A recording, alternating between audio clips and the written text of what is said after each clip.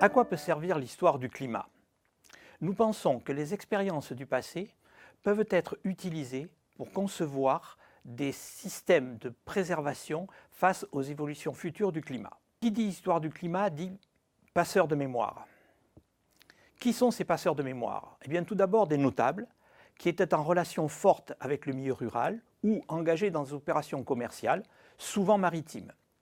Ils ont donc consigné sur des registres des séries d'observations qui devaient leur permettre d'anticiper l'évolution du prix des marchés ou l'évolution de la production. Il s'agit aussi des curés ou des pasteurs qui ont noté soigneusement les principaux événements survenus dans leur paroisse. Ils avaient pour but d'informer les postérités. C'est à notre intention que ces documents ont été rédigés. Nous pouvons citer un certain nombre d'événements extrêmes survenus au cours de l'histoire. Le XVIIIe siècle apparaît comme l'un des pires moments climatiques des 5 derniers siècles. Par exemple, les gelées tardives, les canicules, les inondations, les hivers rigoureux se succèdent en Périgord.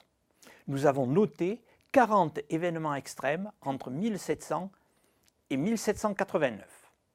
En 2009, la tempête Klaus a balayé la côte landaise avec des vents à 180 km/h.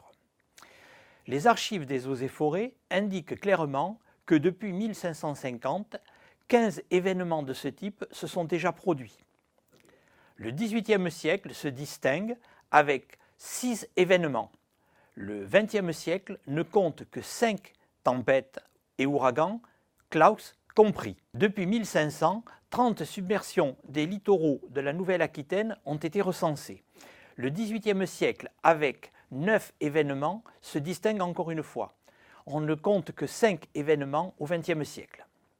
Nous pensons que l'expérience du passé ne doit pas être idéalisée, mais que, dans le cadre des ambitions présentées par la région Nouvelle-Aquitaine, la conservation de la mémoire des événements climatiques peut servir de base à la conception de systèmes permettant de se protéger contre les évolutions futures du climat.